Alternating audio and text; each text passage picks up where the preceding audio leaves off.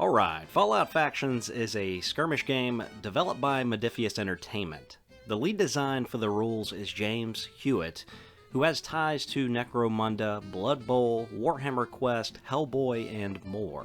Today I plan on showing you how to play it using the two-player starter set, Nuka World. This comes with everything you need to play, including two factions, the Operators and the Pack. The game will allow you to tell your own story in the Fallout world by taking place in a campaign where your crew will level up, get perks, and risk injury and death for those much-needed caps.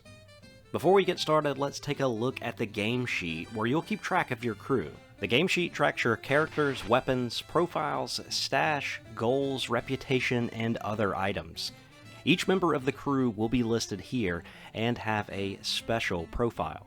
This stands for Strength, Perception, Endurance, Charisma, Intelligence, Agility, and Luck. This should all sound familiar if you've played the Fallout video game series. Different characters will have different stats, and you'll be referring to this sheet to determine what you need to roll for successes in the game. Fallout Factions uses a D10 system where you are trying to achieve the target threshold or lower. Before we get to rolling dice though, let's talk about the game structure. Fallout Factions is based on rounds, as determined by the scenario, where both players will activate models and take actions with them. It's an alternating activation system, where one player will select a model and do actions, and then play passes to their opponent and back again until all characters are exhausted. When a character is activated, they can make one or more actions. Actions generate fatigue. If the model is unengaged, they can get moving, open fire, patch up, or rummage. If the model is engaged, they can back off or brawl. Unless otherwise specified, you can't take the same action more than once. Let's take a look at these more in depth with the action Get Moving. But before we do, know that you don't need to take all of your actions and exhaust your character.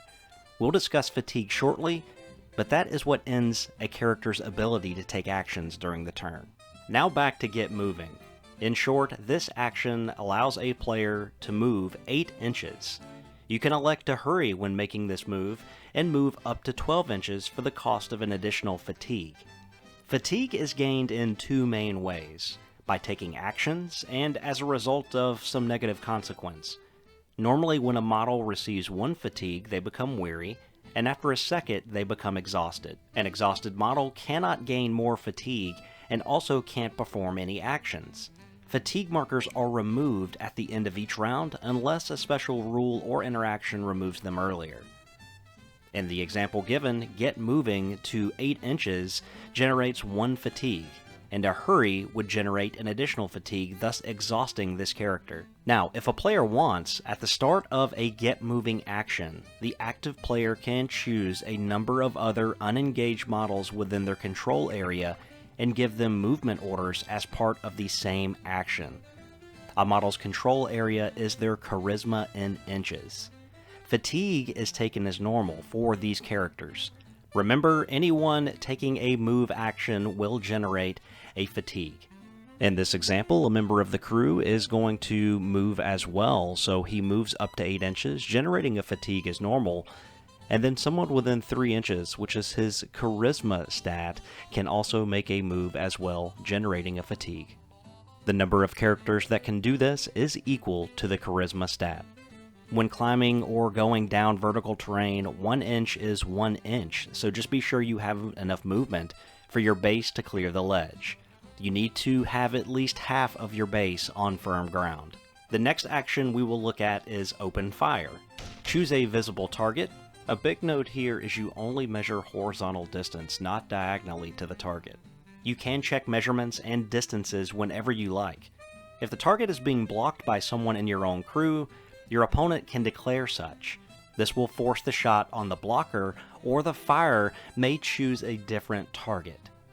Next, the fire can declare Supporting Fire. Supporting Fire can be called on from other non-engaged models within the fire's control area. Each model taking part will take a fatigue, so remember that may impact their moves later. If a model is exhausted, for example, they normally would not be able to take part. In addition, a model can only get supporting fire up to their charisma stat. For example, a model with Charisma 3 has a 3-inch bubble and can get up to 3 other models to support it. The target must be visible and not obscured by any friendly models. Also, supporting models may not use heavy or grenade weapons.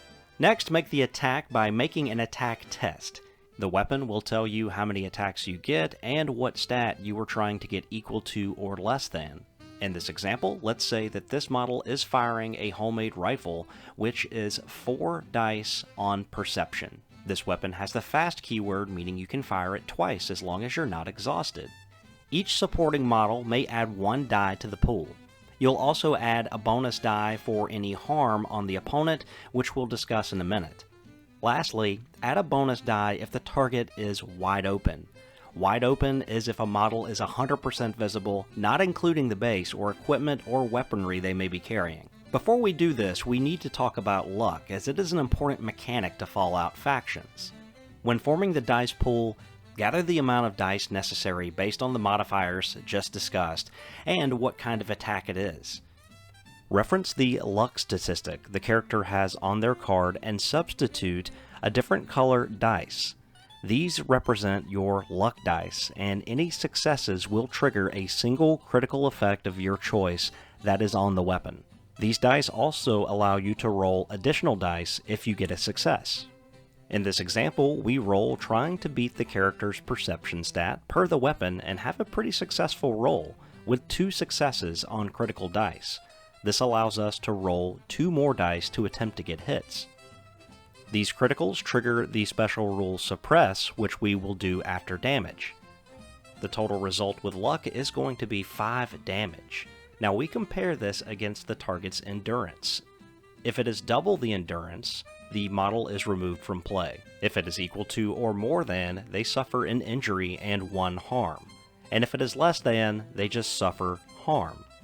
In this example, the 5 hits are more than the target's endurance of 4, so he will take an injury and a harm.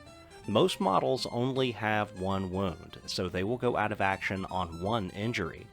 Since the target is a champion, he has 2 wounds and will continue to fight, but he does have a harm on him. Since the critical effect Suppress was triggered, the target will now roll 2 dice, and if any of these fail on his intelligence, he will take fatigue. There are just a handful of critical effects which will be easy to memorize. Now, the handmade rifle is fast, therefore if the character is not exhausted, they can fire again, and that is what we will do here. We will again collect 4 dice in our pool, not getting any supporting fire this time, but we will get +1 dice for in the open, and 1 for the harm that he has on him. Once again, substitute in your luck dice, and let's give these a roll, trying to equal his perception or less. The result of this one is not as good, as there's only 1 success, no criticals.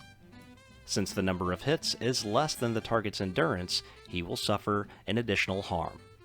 We will mark this on the table to remind ourselves by flipping the token over to 2, and this target will be easier to hit if anyone else decides to shoot at him this turn. As a note, most models can only take 3 harm, with anything extra being called excessive harm. Any excessive harm will cause an injury. If a model happens to become incapacitated, we may need to check for confusion for each friendly model within 3 inches of it. It's a 2 dice check against their intelligence. If the model passes, everything is fine, but if the model fails, they become confused. The controlling player can choose to take a fatigue token or flee the battlefield. A key thing to remember is, if the model is exhausted, they will automatically flee as they can take no more fatigue. Okay, with shooting covered, let's look at the action Patch Up. If a model does this, they can recover up to 2 harm. The next action is the Back Off action, where the active model can move up to 2 inches, but can't end within an enemy model's proximity. Proximity is the 1-inch rule, in which no models can come within an inch of you unless attacking. The last action is to Brawl, and to do that, the attacker selects a melee or makeshift weapon if they do not carry any. Makeshift weapons are always 2 dice against strength. Similar to shooting, choose your target that you're engaged with, and make the attack test as we noted earlier. This time, you'll add bonus dice if the active model moved into engagement range with the target this turn, and you will add 1 to the pool for any harm on the opponent. You'll also add one for any friendly fighters that are also engaged with the target but not engaged with others. Roll and inflict damage as before. There may be other actions to take as well, such as rummage. This allows you to search an area within 1 inch for chems or equipment. Roll 2 dice, and this is the only time that you want to see the higher number because that equals how many caps you find. The lower of the 2 dice is how many parts are found, and these are added to your crew's stash. Alternatively, you can select to find a chem with a cap cost no higher than the 2 dice combined. If you roll an 18 or higher, you can add a rare chem.